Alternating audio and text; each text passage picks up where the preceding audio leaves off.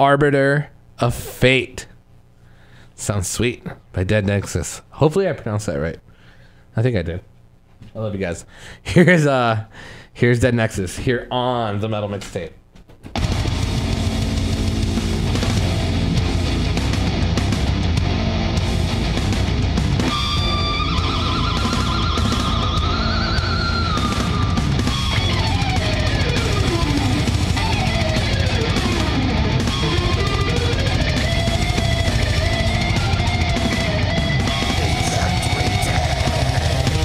Forces will not shake. You call me poison.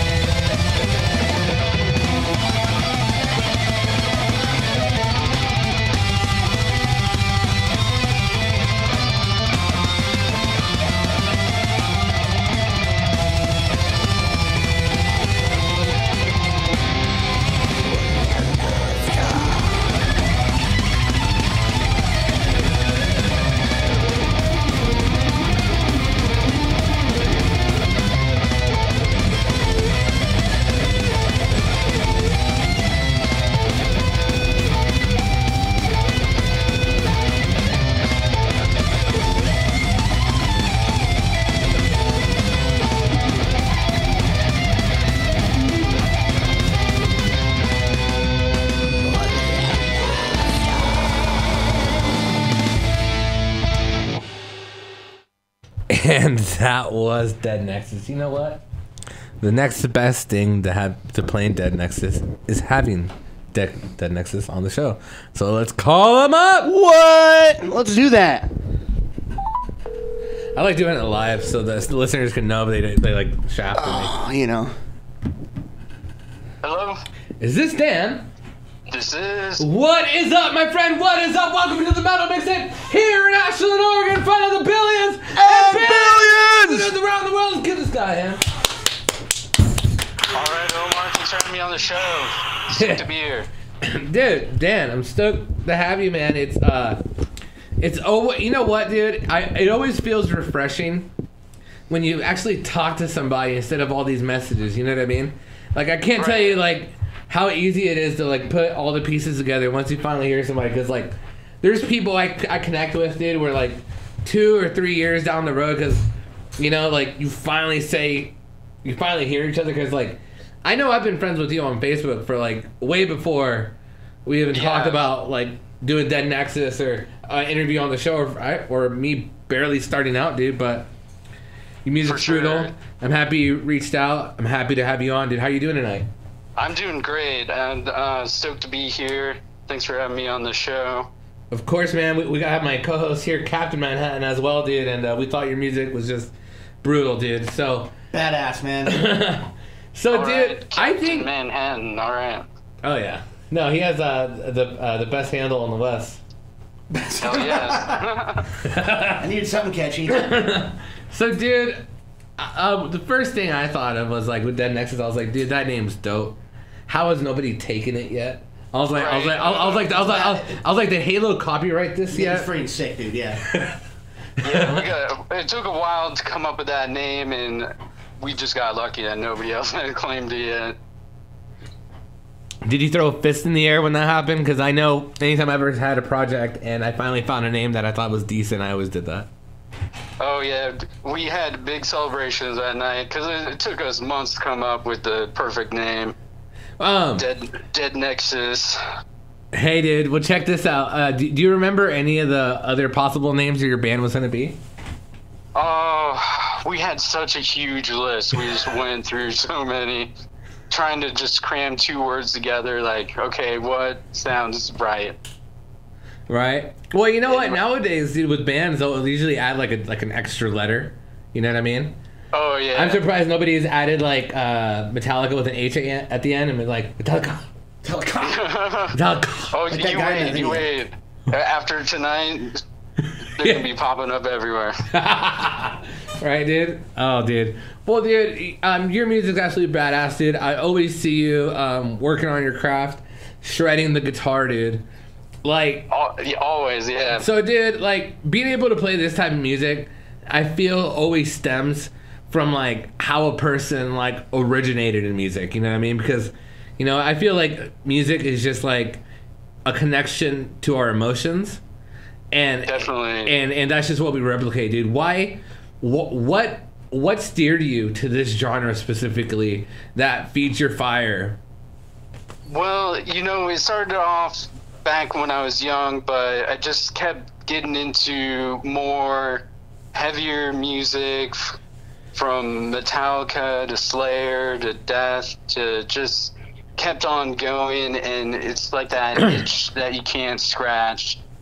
Keep seeking out just some more brutal technical bands, and it just has progressed to this point. And then, you know, that I just wanted to put my own spin on it and get some guys together and make our own, just what we felt on the inside, you know. Oh, you know, it's important to do what you want to feel on the inside, for sure. So, dude, so tell me the turning point, though. You know, I feel like there's always a turning point when like you go to a show and you see a certain person live, or you learn like a specific technique on the guitar that did something. You know, I feel like there's always like a turning point in somebody's mindset where like, okay, I want to be this type of musician. Like, what do you think was that turning point for you as a musician? when I started getting into these more technical shredding bands, I started seeing these guys out live, like seeing Obscura, Children Bodom, even just up there shredding away, singing at the same time. You know, that really caught my interest because I am a singer first, and then I learned the guitar years later. But seeing people actually being able to do that really sparked that in me. Like, okay, these guys can shred, they can kick anyone's butt on guitar and still sing the song and really put on a great show. Bro, that's the first time I ever asked that question this year, and that was a beautiful freaking answer, dude. I love that. I was gonna say, No, and I'm there with you, dude. Like, you know, the first time it ever for me was kind of like the same, dude, with technical guitar, dude. You like when I was like 12 and 13, getting into music. Like, I'm 32, right? So Eiffel 65 just came out with Blue. Linkin Park just came out with Hybrid Theory. Taking me back. System of a Down just came out with Toxicity. Like, very new metal. Like, Barbie Girl just came out 3 years ago. It wasn't that old yet. You know what I mean? So we're gonna meet up after school and play some PlayStation. Is what you're saying? Yeah, exactly. With a 24 pack of Mountain Dew that we're finishing. Livewire. Livewire. Yeah, Livewire. But dude, but you know what? For me, dude, it was like hearing Randy Rhoads and Ozzy. You know, seeing it. Yeah. But what connected me with him, dude, was seeing somebody so in his music that like the loudest noise in the world couldn't distract him. You know, like how you see like a blues guitar player, like somebody really locked in, and I totally agree with you with like Obscura and Alexis, dude, and just those frontmen that can do both, because it's like, I feel like it takes a real chaotic brain to be able to do both. Would you agree as a guitarist and singer?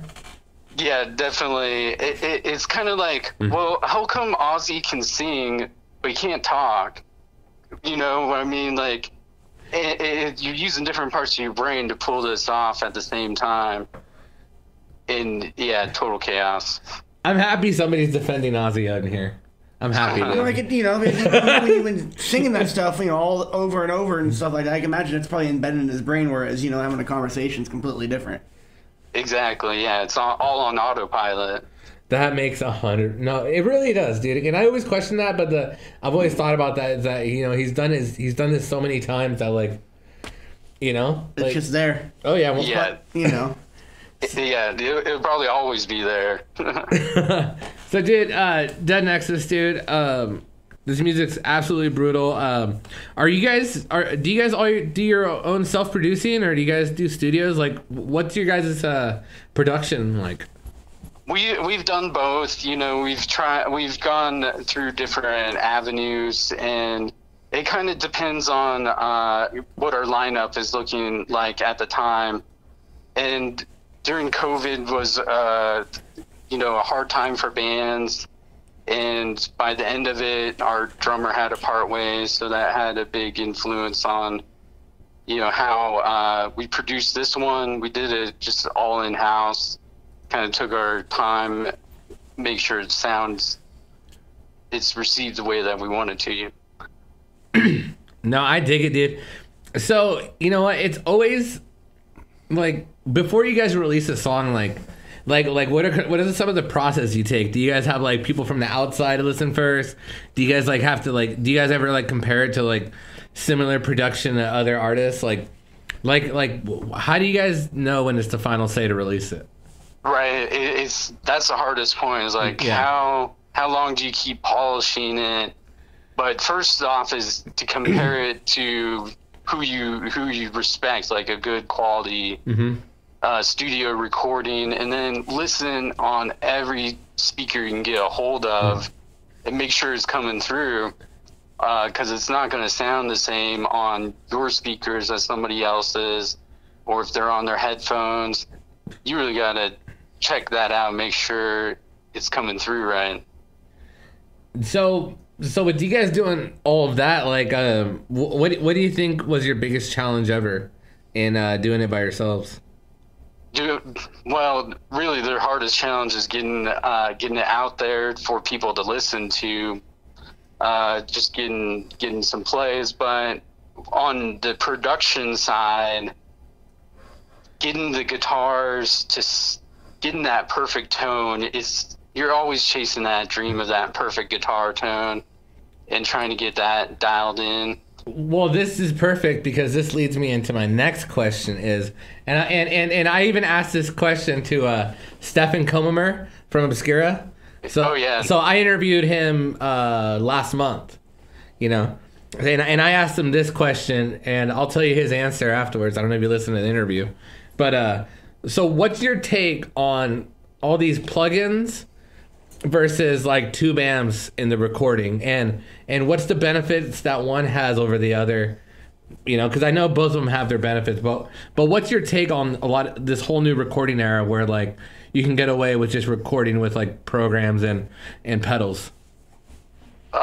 Great question. You know, I've tried every option that is out there just about, and there's a lot of pros and cons to each one, but you got to think about, what is your goal? You want to have your guitar sounding exactly how you want it to on the album, versus trying to record a tube amp with some mics to get that same sound.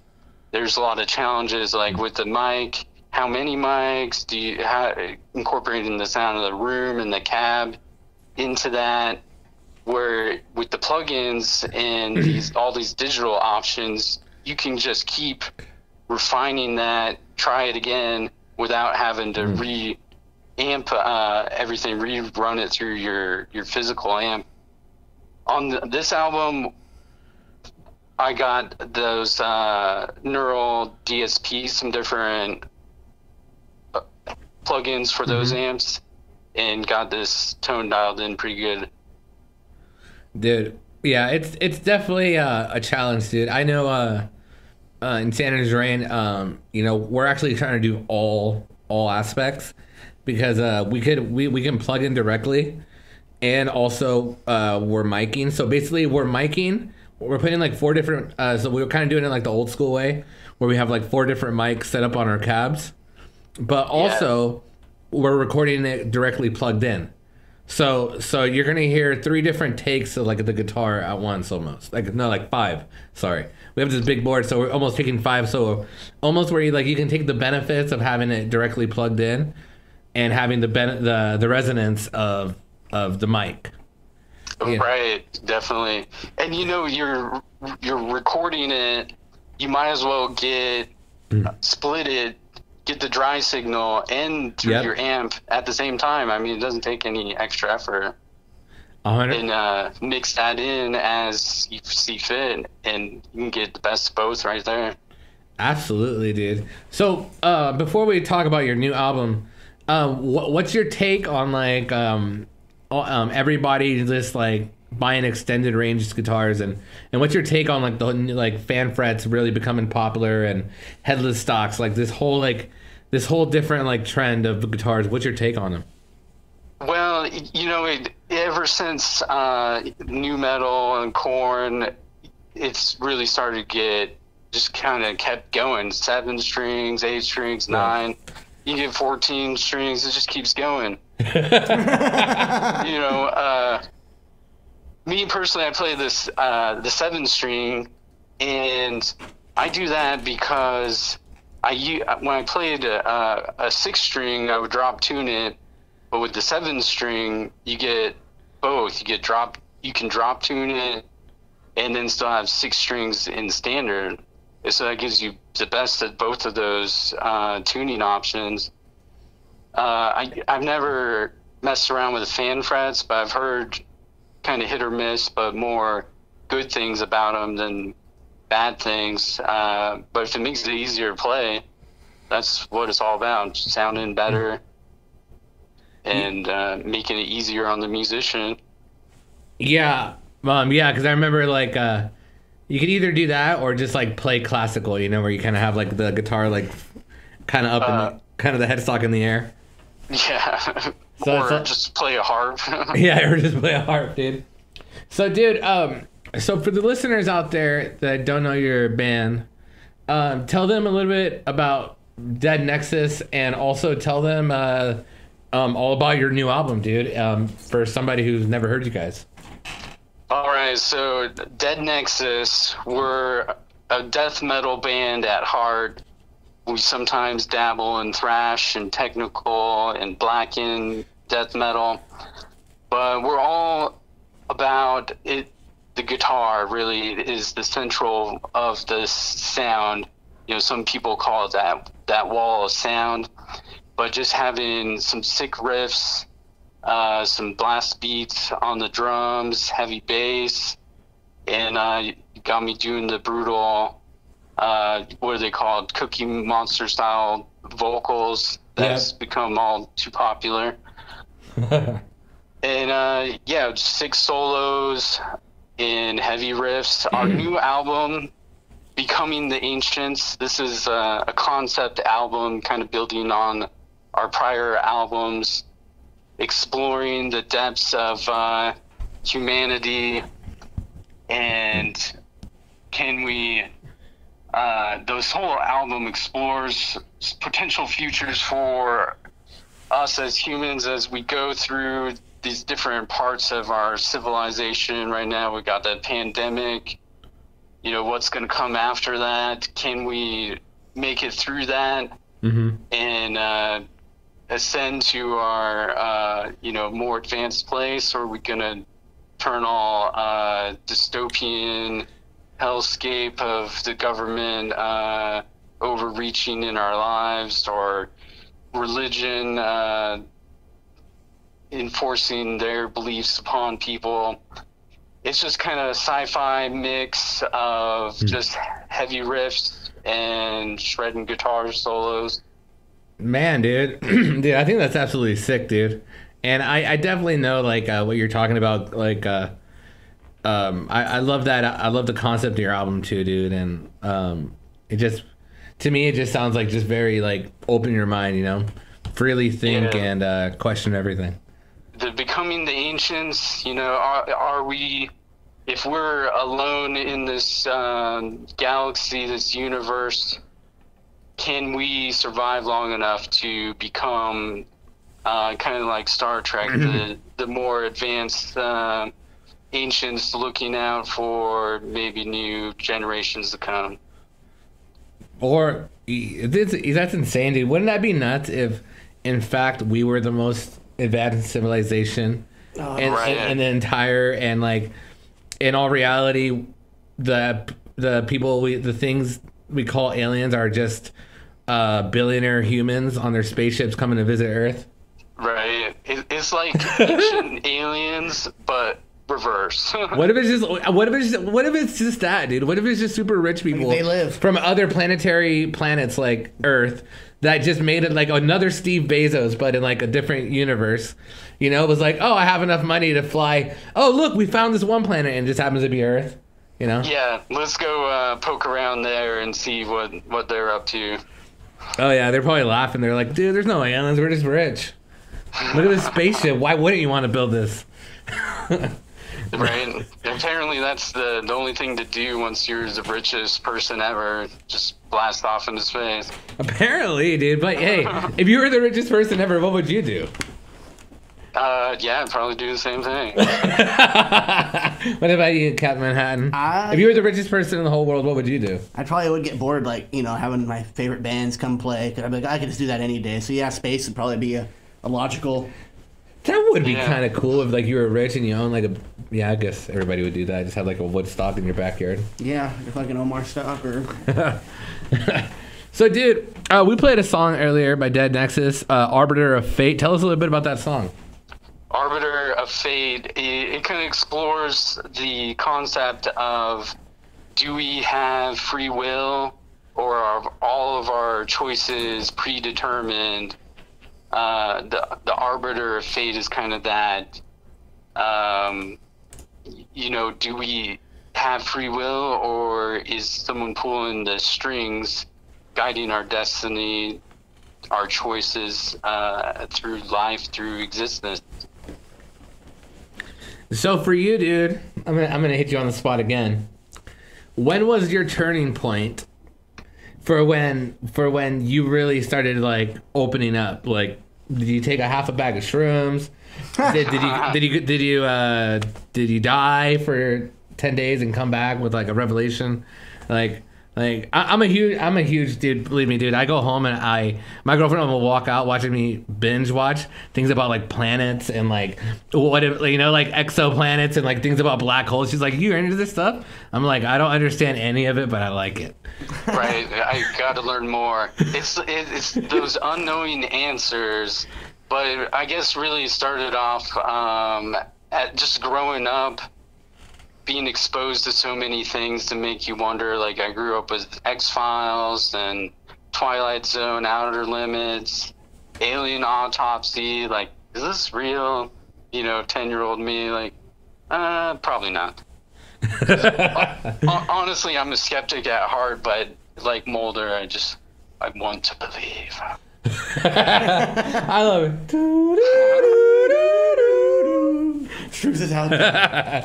Oh, that was so sick, dude. I miss sci-fi, dude. You know what I used to watch all the time? I used to watch Hercules and Xena Warrior Princess. Yeah. Oh yeah, for sure. Oh, you know what was the best show ever? I remember binge watching this with my friends. We watched it like 3 times. Farscape. Oh yeah, that's old school. Dude, I'm 32. I'm old, bro. Don't make fun of me, Dan. I'm older than that, but So my favorite thing about the top sci-fi is always a 24-hour Twilight Zone marathon. So, dude, I think that's sick, dude. I love your guys' artwork as well and your logo. So, do you guys go like try to find the right person to do your artwork to represent the concept and the sound? You guys like? Do you guys work with somebody closely that helps Dead Nexus, or do you guys do it yourselves? No, we outsource for the artwork.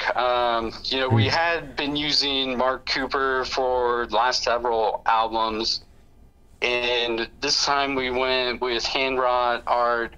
Dude's really cool. He's got some really great art too. Both of them have so many metal bands have used them. Rings of Saturn to local bands.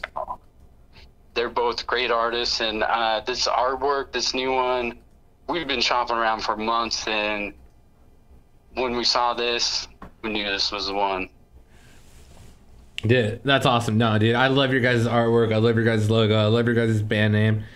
I love your guys' music, dude. I think it's absolutely brutal. So I want to talk a little bit about like live shows, dude. So, we were talking earlier about recording and depending on if you want to replicate what you do on stage or play something completely perfect,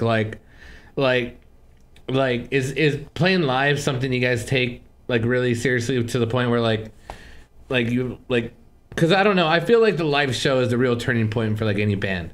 I feel like a lot of bands can really record really well, but what's your guys' mindset for playing live? What do you guys want to express to your fans? We want to get across the songs, the riffs as they're recorded, have them sound good and not be overly muddy through. Live can be a little tricky to get that through. But we're trying to keep the live sound simple, tube amps and not any sort of backing. But that's at the moment, we're trying to, we're on the hunt for our new perfect drummer, but in these next coming months, we're going to be getting ready for the summer, cycle. We had a ton of killer festivals lined up right before COVID, and we had to, of course, cancel those, and so we're hoping to pick up some more this summer once we get our drummer situation dialed in for that just brutal sound live with the double kicks and blast beats going. So I feel like when you hire a new drummer that it could be extremely tricky. You know, for the fact Absolutely. that like nobody, no drummer really hits the same as like a like maybe the drummer who recorded tracks before, or or stylistically like. Right. Like Each drummer is going to bring their own taste to the flavor to the table, So, dude, that's gonna be badass, dude. I always love drummer watching, but it's crazy because I always say, man, like, I mean, everybody says, your riff is as hard as your drummer, as hard as your drummer can play. Yeah. If you have the drummer of AC/DC playing behind a brutal riff, it's not gonna sound as brutal as having Hellhammer, play behind it. Exactly. Yeah. So, but that's gonna be awesome, dude. Like, your guys' music is super sick. So, after you guys find your drummer, like, what are your guys' plans for touring? Because I don't know if like the mandates in California are going back up. A lot of bands are going towards like Texas and all that, for big tours. Like, what's the plan for Dead NEXUS for 2022? Well, mainly some of these festivals, if we can, and probably the I-5 corridor's been good to us. We haven't gone too far outside of it. We've been from Seattle down to, I think, Ashland as far as we made it down south, but we've had a great time. All the venues along the way on I-5 taking good care of us, so that's kind of the big plan for the near future. Get back out there. It's been, a lot of bands haven't played any live shows in a couple of years, so it'd be great to get back out there and hit up some local spots and maybe up and down I-5. Yeah, no, it's insane, dude. You'd be surprised how many even bigger musicians, like national touring bands I've talked to, where like you're trying to like after the pandemic come back with like the same type of like, because I feel like everybody kind of changes the person a little bit during the pandemic, because we were faced with like so many decisions everybody had to make because of just the propaganda and whatever, just choices, so many choices. I was even like, I feel like the world has so many choices now that it's kind of like muddy now. Like, I can't even watch TV, like something on TV anymore, because there's so many choices now. Like, back in the day, you used to like have your like couple channels, and like, oh hey man, Jurassic Park's gonna be on TBS at 10 p.m. on Thursday. You want to come over? Now you gotta pick out of like 600 channels. Yeah, and I gotta like pick out 600. and then you can't find anything. Yeah, dude. But man, I think I lost track of that question. You lost me, man. Somewhere along the lines of somewhere along one of those long list of choices you were talking. Oh yeah, but I know we were talking about 2022. So yeah, dude. I hope everybody gets to go out. I hope everybody gets to do shows. Absolutely. Yeah. Oh yeah. Okay. I know where I'm at now. So basically, like, everybody is a different person, and like coming back on stage, it's almost like having to relearn how to be on stage, because you're having to like relearn how to like know everybody's borders and like boundaries. Yeah, and it's all new now. Like, I heard you guys talking earlier. Do you shake somebody's hand? Do you give them a hug? Like, you got to second guess everything. Exactly, dude. Exactly. So, dude, we're getting towards the end of the interview. We're going to ask you a couple fun questions before we end this interview. Dan Hughes, are you ready? Are you ready? Are we doing the randoms already? Yeah, go for it. All right. Well, my usual. If you're a professional wrestler, what would your finishing move be? I'm not a wrestler. How would you finish someone off that you're just you got to do it creatively, We'll do what is just the body slam? I don't know. I'll take it. Okay. Dan, if you could play guitar for any band in any era for one set, dead or alive, who you on stage with? Death. Death? All right. Take it. I'm gonna steal one of yours. Yes. Okay. If you can get murdered by any character from a horror movie, any of the famous slashers, who would you pick, and how would they do it? I'll probably get Chucky to electrocute me on stage. Would be good. Oh, that'd be badass. Oh, that'd be awesome because then in the background be like Right. doing that like crazy laugh or like. Does anybody else notice the doll on stage killing this band? Yeah, this doll's up It's here. part of the Just show. I'm always in disbelief he's how going sneaky wild. he is. very. You ever notice that? Like I see him like walking around like just like stores or something. I'm like, how does nobody see Chucky, dude? He's there. He's right. He's yeah, you know, Stealthy. No, it's insane. strolling through. Yeah, it's insane. I still Chucky never scared me as a kid.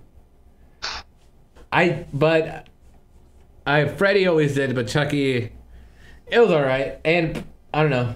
My favorite one was always the second one where they went to the toy factory. Yeah. That was my favorite one. And the last one, I thought the third one was pretty good. When Chucky put live ammunition in the paintball rifles. Oh Lord. Yeah, that was a good one. Yeah, that was a good one. Gets all chopped up at the end. Yep. All right, dude. If you could pick any weapon in the world to destroy the zombie horde, what is that one weapon? Any weapon. We'll just burn them all with some fire, flamethrower, napalm. Dude, I like it, dude. Tell me something you suck at. Something I suck at. Driving a stick shift. How's that? Oh, me too, dude. I don't know how to downshift. I know how to upshift. Once I'm in fourth, I don't know what I'm doing. I'm just like, how do I stop? Yeah. Dude, what are you good at besides music that maybe listeners of your music don't know? Well, I have a pretty extensive background in construction and weatherization, insulation, vinyl windows, all the stuff that would save you money on your utility bills. Dude, that sounds awesome. Sounds Righteous. Sounds smart. All right, so obviously you probably listen to a lot of metal, but what do you listen? What's something that on any given day you want to listen to something else completely different? What's something you would put on to listen to? Not metal. That's not metal. Yeah. I heard that synthwave Death album. Somebody redid one of Death's albums as synthwave, and that kind of got me a little interested. So probably some heavy type synthwave. Well, now I'm gonna go home and I'm curious. I'm curious. I'm gonna Google synthwave. It's some cool stuff. Yeah, the Death cover or whatever it is. Somebody did it at the Death. I forget which album it was, but the whole thing has synthwave. I was like, this ain't bad. Dude, I love it, dude. So, dude, I wanted to thank you so much, Dan, for being on the Metal Mixtape and giving us some time of your night. I always love our live interviews, so I appreciate it. So for the people that are just tuning in, we're talking to Dan Hughes from Dead NEXUS, and if you want to catch the full interview, it will be uploaded on our YouTube page. Do you have any final shout-outs to give before we let you go? I just want to thank you for having me on the show. Thank you, everybody, for checking out our new music and coming out to our past shows, and we'll get some live shows going here before too long, and be out there shredding it up once again. Dan, Hell yeah. Thank you so much, man, and we'll definitely have to have you on the show later this year. Absolutely. You know how to get a hold of me. Happy to be back. You guys keep kicking butt all night. Dude. Thanks, brother. We're gonna rock and roll all night long. Wow! That's the old say. Yeah, we're gonna wad out. We're gonna wow! All right. We're talking to Dan Hughes from Dead NEXUS. You have a good night, brother. All right, you too. Peace. Take care. All right. And that was our interview. That was our interview with Dan Hughes. He's in a band called Dead NEXUS, and they are pretty heavy. They have big 7 strings.